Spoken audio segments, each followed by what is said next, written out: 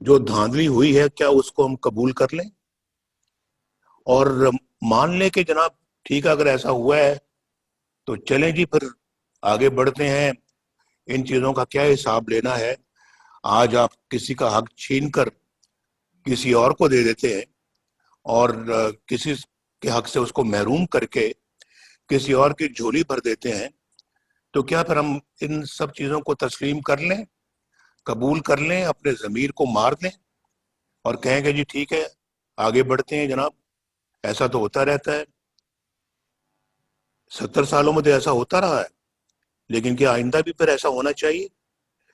میں یہ سمجھتا ہوں کہ اس کا فیصلہ ہمیں بالکل اب دو ٹوک طریقے سے کرنا چاہیے. اور میں یہ سمجھتا ہوں کہ آج جو عدالتوں پر جو اس وقت دباؤ ہے اور دباؤ ڈال کر مرضی کے فیصلے لیے جاتے ہیں، تو کیا یہ سب صحیح ہے؟ اور آپ اس کے وٹنس ہیں آپ سب. ہمیں پتہ لگتا رہتا ہے کہ کہاں کس اپنا عدالت میں کس اپنا جج نے کیا فیصلہ کرنا ہے. انفارچونیٹ، اس سے بڑی بدقسمتی اور کیا ہو سکتی ہے کہ عدالتوں کو دباؤ میں لایا جائے اور ان سے من مانے فیصلے لیے جائیں. ان کو دیوار سے لگا دیا گیا ہے. یہ صحیح ہے؟ پارلیمنٹ کو ایک کٹ پتلی اور ربر سٹیمپ پارلیمنٹ بنا دیا گیا ہے. اس کو مان لیں. اور آپ میں سے لوگ مجھے بتاتے ہیں، میں تو پارلیمنٹ کا ممبر اور مجھے نہیں معلوم کہ میں کیوں نہیں ہوں آج ممبر نہیں ہوں. آج تک ایسا کوئی موقع نہیں آیا کہ میں پارلیمنٹ، الحمدللہ کہ میں پارلیمنٹ کا ممبر نہ رہا ہوں. اللہ کے فضل و کرم سے ہمیشہ اللہ نے کامیابی دی ہے اور کوئی آسان ہے کہ میں اپنا، اللہ نے مجھے ہمیشہ یہ اعزاز بخشا ہے. آج پہلی مرتبہ میں پارلیمنٹ کا ممبر نہیں ہوں، یا میں اس وقت ممبر نہیں تھا جب ہم مشرف کے زمانے میں جو ہے وہ ایگزائل پہ چلے گئے، تو اس وقت بھی نہیں تھا اور آج بھی نہیں ہوں، کیونکہ میں ڈسکوالیفائی ہو گیا اور نکل گیا وزارت عظمیٰ سے کہ میں نے اپنے بیٹے سے تنخواہ نہیں لی. اور یہ ہے ہماری عدالتوں کا کہ بیٹے سے تنخواہ نہیں لی، چلیں چھٹی کریں جائیں، وزارت عظمیٰ سے بھی فارغ. اس کے بعد پھر چلیں وزارت عظمیٰ سے فارغ ہونے کے بعد مسلم لیگ کی صدارت سے بھی فارغ، سارے فائل. یہ کیا آپ کا دل و دماغ اس بات کو تسلیم کرتا ہے کہ اس کو، ان سب چیزوں کو مان لیا جائے؟ سیاست جو ہے وہ انسان اپنی سیلف ریسپیکٹ کو ملوز خاطر رکھ کر انسان سیاست کرتا ہے، سیلف ریسپیکٹ کمپرومائز کر کے نہیں. تو اگر جس میں سیلف ریسپیکٹ جو ہے وہ چلی جائے تو پھر کون سی سیاست اور کیسی سیاست؟ تو میں تو سمجھتا ہوں کہ یہ آج سب چیزوں کو سوچنے کا یہ دن ہے. اور مجھ جیسا آدمی جو 3 دفعہ اللہ تعالیٰ کے فضل و کرم سے اور آپ کی مہربانیوں سے اور آپ کی دعاؤں سے اور آپ کے تعاون سے وزیر اعظم بنا میں 3 دفعہ، تو اس کے ساتھ یہ سلوک ہو رہا ہے کہ اس کو ملک سے باہر جو ہے وہ رکھا گیا 1999 سے لے کے 2007 تک. اور اب اپنا جو عدالتوں کی اجازت ہے میں باہر آیا ہوں. تو آج ہی کوئی عجیب و غریب صاحب میں نے کمنٹس پڑھے ہیں، بڑی تکلیف ہوئی ہے وہ کمنٹس پڑھ کے، مجھے بہت افسوس ہوا ہے. تو اب وہ آپ بھی سب جانتے ہیں، میں اب اس پہ کیا کمنٹ کروں.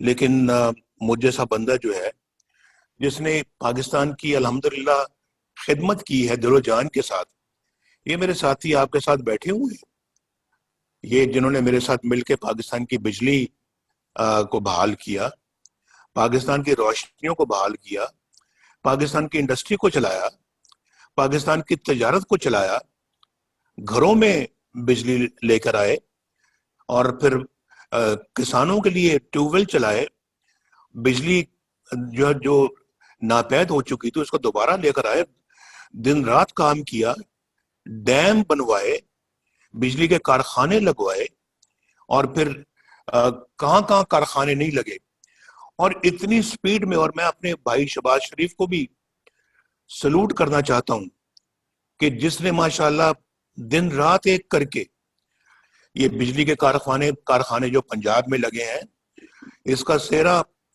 شہباز شریف کے سر پر ہے, اور آپ یہ خواجہ آصف صاحب کے سر پہ ہے, اور شاہد خاقان عباسی کے سر پہ ہے, اور جو بھی لوگ اس ٹیم میں شامل تھے ان کے سر ہے. آپ جانتے ہیں, یہاں بیٹھے ہوئے ہیں ڈار صاحب, میرے ساتھ یہ بیٹھے ہوئے ہیں, ڈار صاحب ماشاءاللہ ان کے سر پہ ہے, انہوں نے اس کے لیے وسائل مہیا کیے. ڈار صاحب بھی جانتے ہیں, خواجہ آصف بھی جانتے ہیں, شاہد عباسی بھی جانتے ہیں, اور اپنا ڈار صاحب اور کون سے تھے جو بڑے اس معاملے میں ایکٹیو تھے.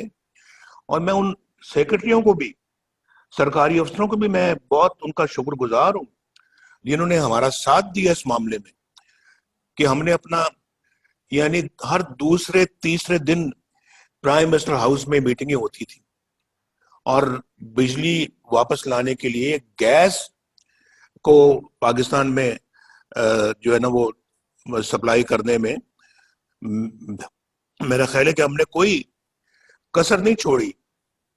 اور پھر اس کے بعد یہ تو ایک سیکٹر ہے نا, آپ دیکھ لیں آج موٹر ویز پاکستان یعنی اسلام آباد سے پشاور سے لے کے کراچی تک صرف ایک بیچ میں حصہ رہ گیا ہے, جو کہ اپنا ہے وہاں سے سکھر سے لے کے حیدرآباد تک, جو ابھی رہ گیا ہے وہ بھی شاید رہ گیا کہ ہمیں ٹرم ہی نہیں کسی نے پوری کرنے دی.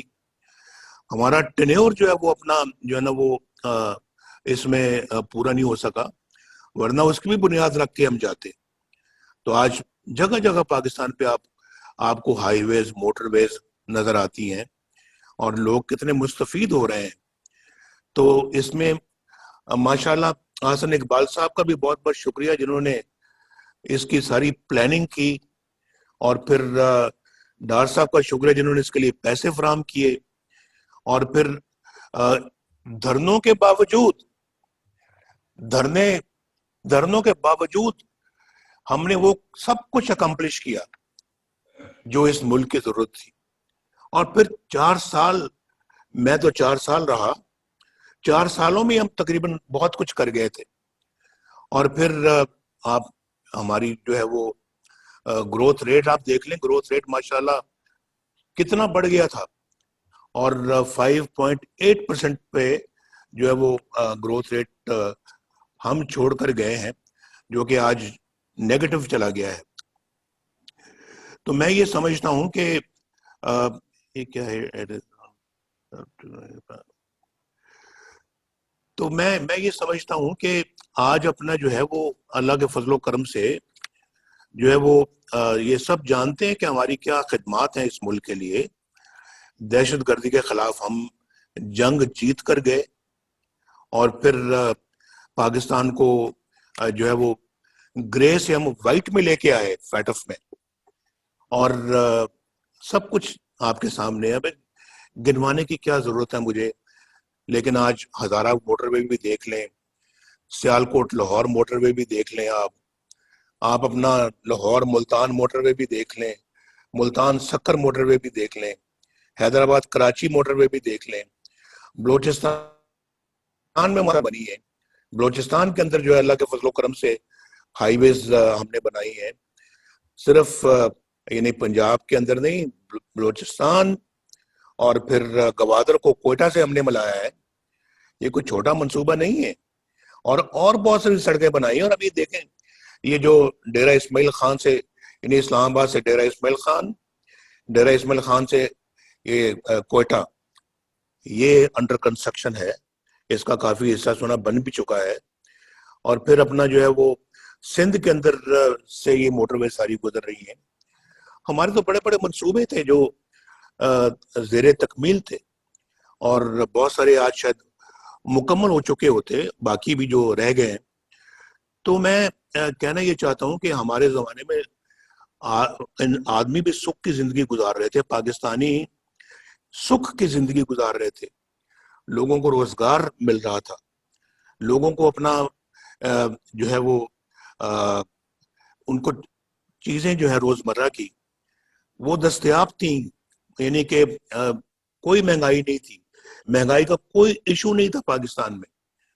تو آج تو ان کا جینا دوبر ہو گیا ہے. تو یہ جو جدوجہد آپ جو کرنے کا جو ارادہ رکھتے ہیں, وہ جو سب سے زیادہ اس کی جو ضرورت ہے وہ صرف اور صرف ان 21 کروڑ عوام کے لیے ہے, یا عوام کے لیے ہے جو جن کے دکھوں میں اور مشکلات میں آج بے پناہ اضافہ ہو چکا ہے. مجھے کوئی کہہ رہا تھا کہ جناب آج تو پاکستان کے اندر, یہ مجھے بہت ایک سمجھدار بندے نے یہ بات کہی ہے کہ آج کے زمانے میں جتنی کوئی لوگ کمائی کر رہے ہیں, اس کمائی سے وہ نہ اس اپنے اخراجات کو پورا نہیں کر سکتے, اخراجات کے ساتھ ساتھ نہ اپنے بچوں کو پڑھا سکتے ہیں, نہ وہ بجلی کا بل دے سکتے ہیں جو بم بن کے ان پہ گر رہا ہے, نہ وہ گیس کا بل دے سکتے ہیں, نہ وہ دوائیوں کا خرچہ اٹھا سکتے ہیں. آج دوائیوں کی قیمتیں آسمان سے باتیں کر رہی ہیں. صرف لائف سے سیونگ دوائی جو ہے وہ بھی عوام کی پہنچ اور عوام کی رسائی سے باہر ہے. آپ مجھے بتائیں کہ کس طرح سے جو ہے وہ اپنا لوگ اس وقت زندگی بسر کر رہے ہیں. مجھے کوئی آج بتا دے کوئی, وہ کہنے لگے کہ مجھے سمجھ نہیں آتی کہ آج اچھی خاصی جو تنخواہ ہوتی ہے جو 30,000 روپے تک بھی ہوتی ہے, اس میں جو یہ سارے اخراجات جو ہے نا وہ پورے کرنے کے بعد جو کھانا اس نے پکانا ہوتا ہے اس کے لیے روٹی آٹے کی قیمت آسمان سے باتیں کر رہی ہے. آج تو میں پڑھ رہا تھا کہ اب آٹا جو ہے نا آگے ناپید ہونے والا ہے, گندم ہی نہیں باہر سے امپورٹ کی گئی. بھائی ایک زمانہ تھا ہمارا, بھائی گندم امپورٹ چھوڑ کر ایکسپورٹ ہوا کرتی تھی, آج اپنا امپورٹ جو ہے نا وہ کی جا رہی ہے. اس کے لیے بھی آپ کو زر مبادلہ چاہیے, اور یہ اب امپورٹ کر کے تو وہ وقت پہ بھی نہیں اب آ سک رہی, تو شاید دسمبر میں قیمتیں اور زیادہ بڑھ جائیں گی اور گندم کی کمی اس ملک کے اندر آ جائے گی. چینی کی قیمتیں آپ دیکھ لیں, اور شہباز صاحب جو ہے نا وہ انہوں نے میں سمجھتا ہوں کہ ہم ان کی تعریف کرنی چاہیے جو انہوں نے انتہائی پریشر کے باوجود چینی کی قیمتیں نہیں بڑھنی تھی. ہم شاید 50 روپے کلو تھی جب ہم آئے تھے, اور 50 روپے ہی ہم چھوڑ کے گئے, اور لیکن آج جب سے ہم چھوڑ کے گئے ہیں تو 50 سے آج 100 روپیہ کلو چینی ہو گئی. کوئی ہے پوچھنے والا, مجھے بتائیں, کوئی دیکھنے والا ان چیزوں کا ہے؟ اور پھر میں نے آپ کو یہ پہلے کہا, میں نے کہا کہ پہلے تو آپ اپنے آپ سے پوچھیں نا کہ کیا ہم حق اور سچ پر ہیں. اگر ہم حق اور سچ پر ہیں تو پھر میرا خیال ہے کہ ہمیں کوئی تامل نہیں ہونا چاہیے, کوئی ہیزیٹیشن یا تحفظ نہیں ہونا چاہیے کہ ہم ان چیزوں کے خلاف جو ہے وہ برسر پیکار ہوں. تو میں کیا پاکستان میں پوچھ رہا تھا کہ جو کچھ ہم ہو رہا ہے وہ صحیح ہے, اور الیکشنوں پہ بات ہو رہی تھی کہ کیا الیکشن میں جو دھاندلی ہوئی ہے وہ صحیح تھی, اس کو مان لیں ہم. میرا تو ضمیر اس کو قبول نہیں کرتا, اور میں اسی پہ بات پہ میں نے کہا تھا کہ سیاست اور نو سیاست, کوئی انسان کا ضمیر بھی ہوتا ہے, کوئی انسان کی سیلف رسپیکٹ بھی ہوتی ہے. آج تو ہم انگریزوں کی غلامی سے نکل کر اپنوں کی غلامی میں آ گئے ہیں. ہم کوئی فری سٹیزن تو نہیں ہیں. آج آپ پوچھیں اپنے آپ سے, آپ ہیں؟ پوچھیں ذرا, پوچھ کے دیکھیں آپ. جس پارلیمنٹ کے ممبر ہم بنے ہوئے ہیں وہ پارلیمنٹ کتنی خود مختار ہے. مجھے لوگوں سے پتہ لگتا رہتا ہے کہ وہاں اس پارلیمنٹ کو کوئی اور چلا رہا ہے. وہاں پھر جو ہے نا وہ دوسرے لوگ ہیں جو آ کے یہ ڈائریکشنز دیتے ہیں کہ جناب آج ایجنڈا یہ ہوگا اور آج اس بل پہ یہ ووٹنگ ہوگی اور فلاں کل یہ ہوگا, کمیٹی فلاں بل کو منظور کرے, فلاں بل کو دیکھے. تو یہ میں سب جو ہے نا, یہ میں سمجھتا ہوں کہ یہ بہت جو ہے نا وہ ہے سوچنے والی باتیں, یہ کہ ہم نے تو یہ ہماری تو اسمبلی بھی اب معاف کیجیے گا کمپرومائزڈ. تو اس میں انفارچونیٹلی جو ہے وہ ہماری عدالتوں کا آپ نے دیکھ لیا حال. جو محمد بشیر صاحب کی جو کورٹ تھی, وہ کرنل صاحب وہاں سے نکل رہے ہیں, اور وہ اس شاباش اس جرنلسٹ کی جس نے اپنا ان سے پوچھ لیا کہ جناب آپ یہاں کیا کرنے آئے تھے, اور آپ یہاں پر کس کو ملے ہیں, اور ہمیں بھی اجازت دے دیں کہ ہم بھی جج صاحب کو مل سکیں. اور وہ کتاب سے منہ چھپا رہا ہے اپنا. کیا ضرورت تھی چھپانے کی اگر دل میں چور نہیں تھا؟ دل میں چور تھا تو منہ چھپایا نا. بات کرنے کی, جواب دینے کی ہمت نہیں تھی, کیونکہ سوال صحیح پوچھے جا رہے تھے. تو اس طرح سے جو کیا یہ پھر صحیح ہے؟ اور پھر جو ہے وہ میں کیا یاد کراؤں اب, جو یہ ملک ارشد صاحب لے کے گئے ہیں, جو کہہ گئے ہیں, ایڈمٹ کر گئے ہیں کہ میں نے انڈر پریشر جو ہے نا یہ فیصلہ سنایا ہے. اور وہ فیصلہ تو اپنی جگہ پہ ابھی اس جج کو تو فارغ کر دیا ہے, وہ ڈسمس ہو گیا ہے, فیصلہ برقرار ہے, الٹی گنگا بہ رہی. اور اسی فیصلے پہ میری بیل کا مسئلہ اٹکا ہوا ہے, اندازہ کیجئے آپ. اور میری بیل بھی اسی یعنی کہ جو جج ڈسمس ہو گیا ہے, جس کے بارے میں سینئر جوڈیشری نے یہ کہا تھا کہ ہمارے سر شرم سے جھک گئے ہیں اس بندے کا جو کردار ہے. تو اسی بندے کا فیصلہ قائم ہے, لیکن وہ بندہ جا چکا ہے کیونکہ اس کو سزا ہو گئی ہے, اور فیصلہ ہمارے سر پہ ابھی تک لٹک رہا ہے. تو میں آپ سے یہ کہنا چاہتا ہوں کہ یہ عوام کو مہنگائی سے جو کچل دیا ہے, کیا یہ صحیح ہے؟ اور اس کے بعد یہ میں اس معاملے میں بالکل جو ہے وہ یہ رائے رکھتا ہوں کہ سابقہ جو آپ کی اپنا جو ڈی جی آئی سے ہی تھے ظہیر الاسلام صاحب, انہوں نے کیا کیا آپ کو تو معلوم ہی اچھی طرح سے, کہ انہوں نے جناب کہا کہ جی نواز شریف صاحب آپ استعفیٰ دے دیں, پیغام بھیجا, اور آپ گھر چلے جائیں. اور یہ دھرنوں کے دوران کی بات ہے, دھرنوں کی اس پیریڈ کی بات ہے کہ جی I should step down and go home. تو یہ مجھے بتائیں, یہ صحیح ہے؟ مجھے آ کے یہ پیغام ملتا ہے in the middle of the night. تو اور ساتھ میں یہ بھی کہ جی اگر آپ نہیں کریں گے تو پھر نتائج بھگتنے پڑیں گے, ماشاءاللہ بھی لگ جائے گا.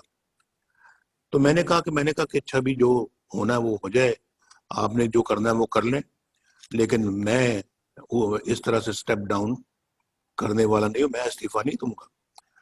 تو مجھے آپ بتائیے, ذرا سوچے کہ پھر یہ سب صحیح. اور پھر اس معاملے میں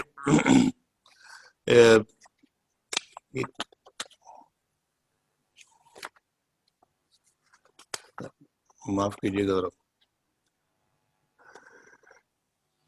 دوسرا یہ دیکھیں کہ یہاں پہ بیان دیا جاتا ہے کہ جرنیل فوج کا سیاست میں کوئی کردار نہیں ہے, اور فوج جو ہے وہ سیاست میں کوئی حصہ نہیں لیتی, تو کوئی مداخلت نہیں کرتی. تو پھر مولانا غفور حیدری صاحب نے جو کہا کہ مجھے جنرل باجوہ نے بلایا, چیف آف آرمی سٹاف نے مجھے بلایا, اور مجھے کہا کہ جی آپ یہ دھرنا بند کریں, ہم جو نواز شریف کے خلاف کر رہے ہیں آپ اس پہ مداخلت نہ کریں. پھر یہ تو کون سی سیاست رہ گئی جس میں آپ مداخلت نہیں کر رہے؟ اور آپ کیوں نواز شریف کے خلاف کوئی ایکشن لے رہے ہیں یا کوئی کاروائی کر رہے ہیں؟ ذرا مجھے پتہ لگنا چاہیے اس بات کا.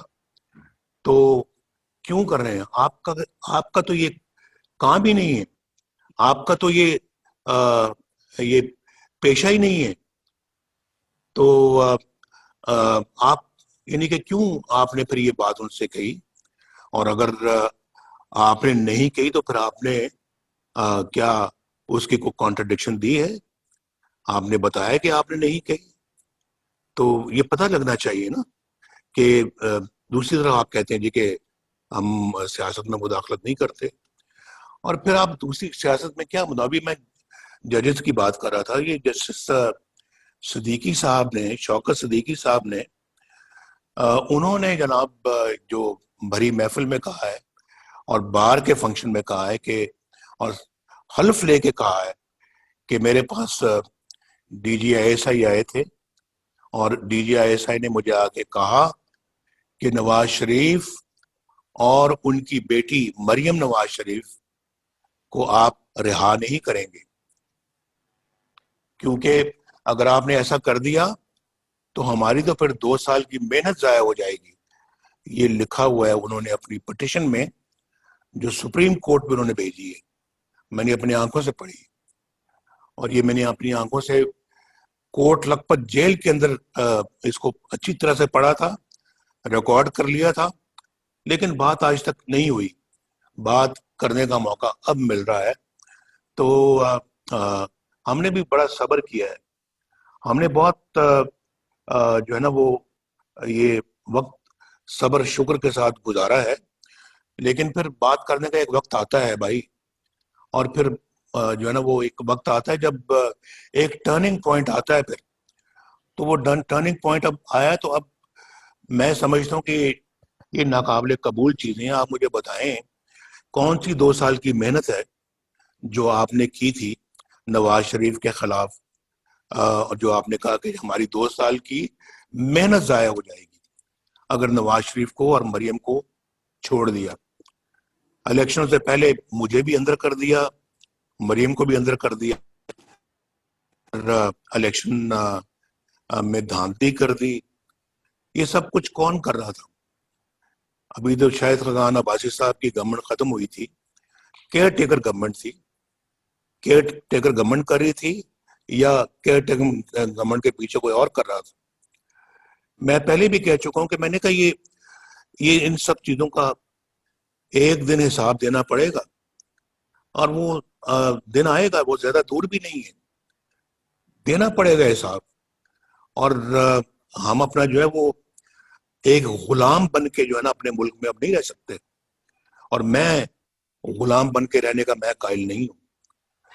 انشاءاللہ رہوں گا ایک پاکستانی بن کے، قابل فخر پاکستانی بن کے. انشاءاللہ میں اس طرح سے زندگی گزاروں گا. غلامی مجھے قبول نہیں ہے، اور آپ دیکھیں گے انشاءاللہ. تو اگر یہ سب کچھ صحیح ہے، ہمیں جو ہے نا وہ آرام سے چپ کر کے اپنے گھروں میں بیٹھنا چاہیے. ہمیں پھر پاکستان کے عوام کی خدمت تو دور کی بات ہے، اس کا نام لینا بھی چھوڑ دینا چاہیے. لیکن اگر یہ سب چیزیں صحیح نہیں ہیں، اور ہمارا نہ ذہن، نہ دل، نہ ضمیر اس کو قبول کرتا ہے، تو پھر تو اس کے خلاف اٹھنا ہوگا.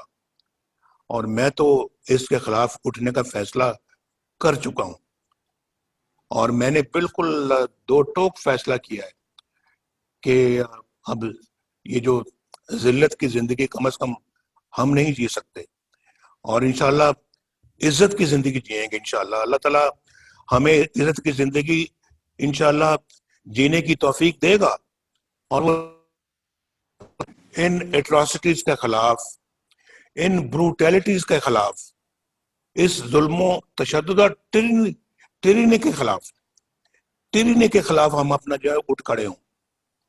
اور یہ میرا خیال ہے کہ اگر ہم اٹھ کھڑے ہوں گے اس ملک کی تقدیر بدل جائے گی, اس قوم کی تقدیر بدل جائے گی.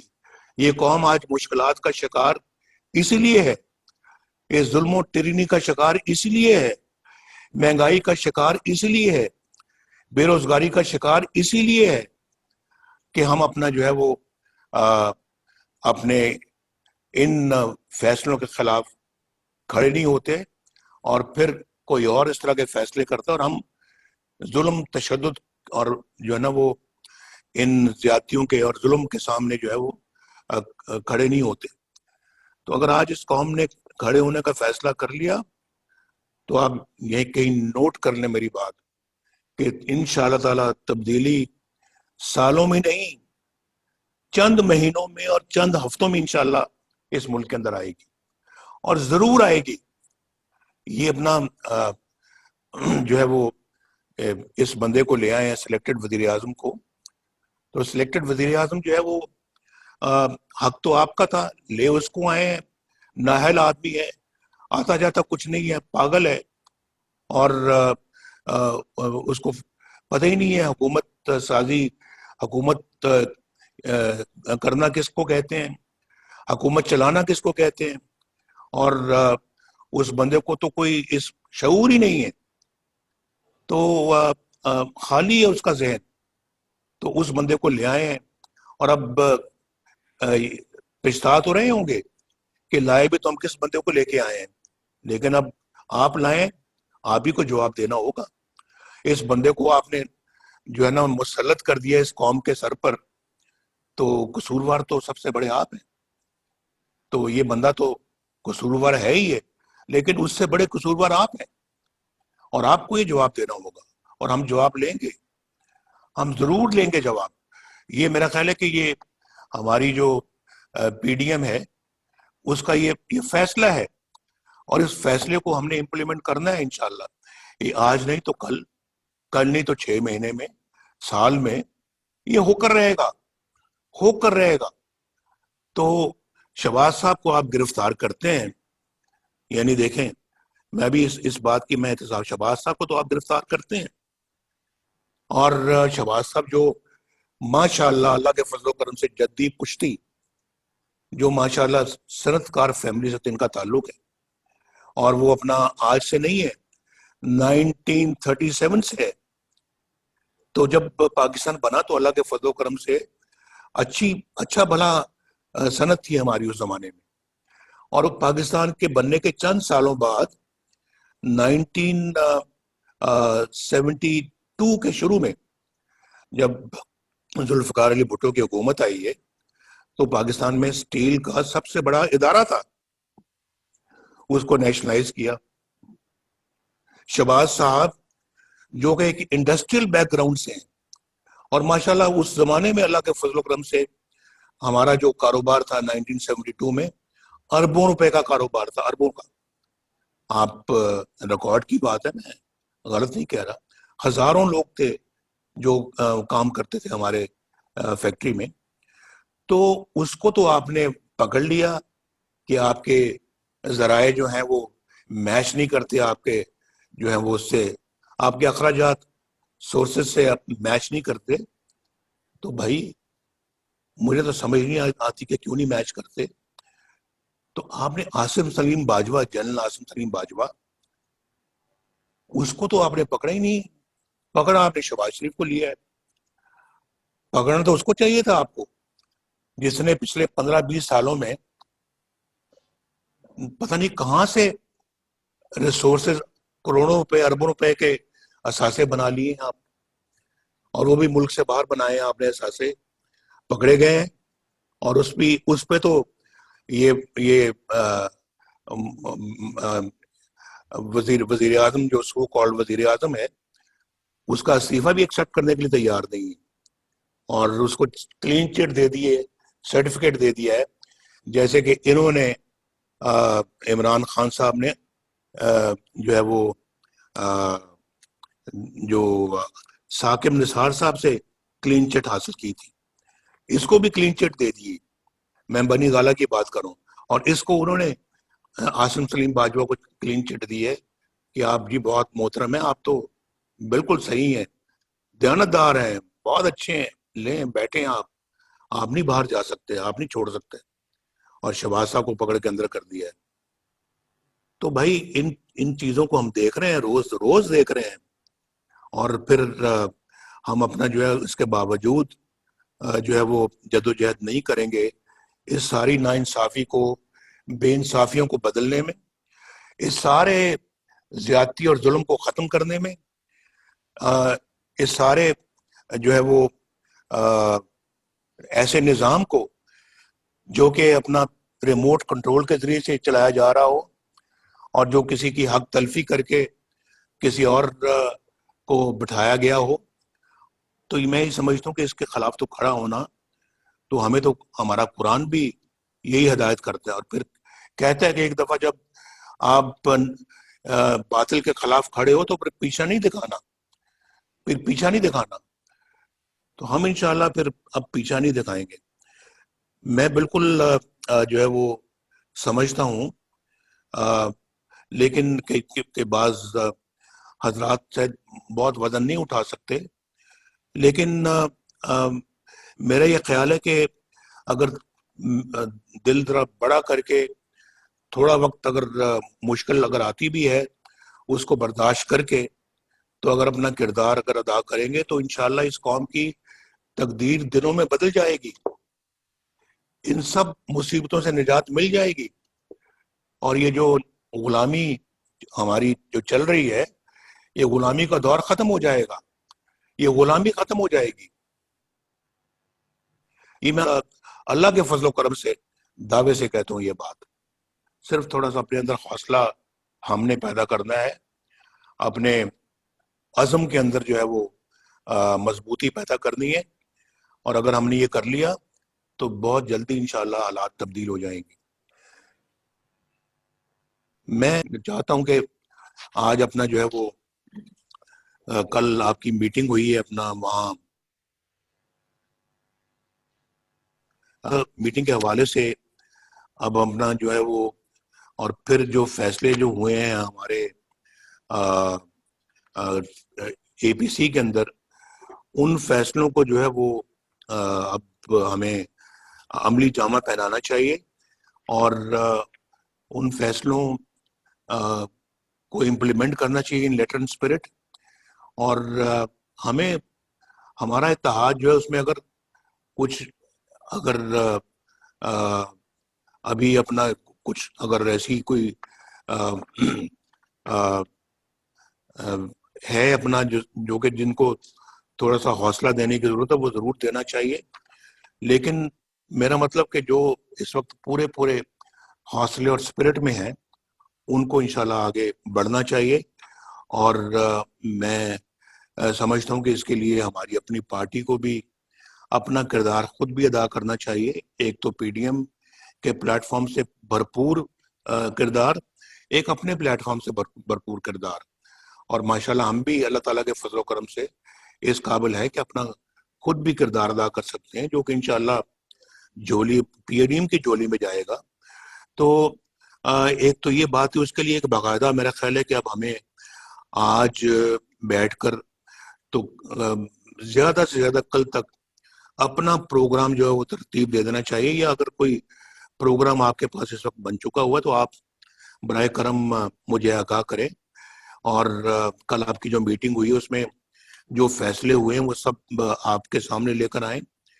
اور پھر آگے اب گلگت بلتستان کے انتخابات بھی آ رہے ہیں, اس میں بھی جو ہے نا وہ ہمیں اب بھرپور طریقے سے گلگت بلتستان کے الیکشنوں میں حصہ لینا چاہیے, اور وہاں ہر طرح سے ایسے کسی بھی ہتھکنڈوں کا دفاع کرنا چاہیے کہ جو خدا نخواستہ اس الیکشن کے اندر کوئی اپنا خدا نخواستہ کو ہاتھ دکھانے کا کوئی ارادہ رکھتا ہو تو اس کو ناکام کرنا چاہیے. تو میں ان باتوں کے بعد میں واپس مائک جو میں آپ کو دوں گا, اور میں آپ کے ساتھ ہی یہاں پر موجود ہوں. آپ برائے کرم اب بتائیے کہ کس طرح سے آپ اپنا ہم پی ڈی ایم کو اور پی ایم ایل این کو آگے آنے والے دنوں میں کیا آپ کا پلان ہے. اور میں انشاءاللہ آج بھی ہوں, اور انشاءاللہ ڈیلی بیسس پہ بھی میں اویلیبل ہوں, اور انشاءاللہ مجھے جو بھی اپنا آپ میری ڈیوٹی لگائیں گے یا مجھے اپنا کوئی فرض سونپیں گے, میں انشاءاللہ اس کو ادا کروں گا. اور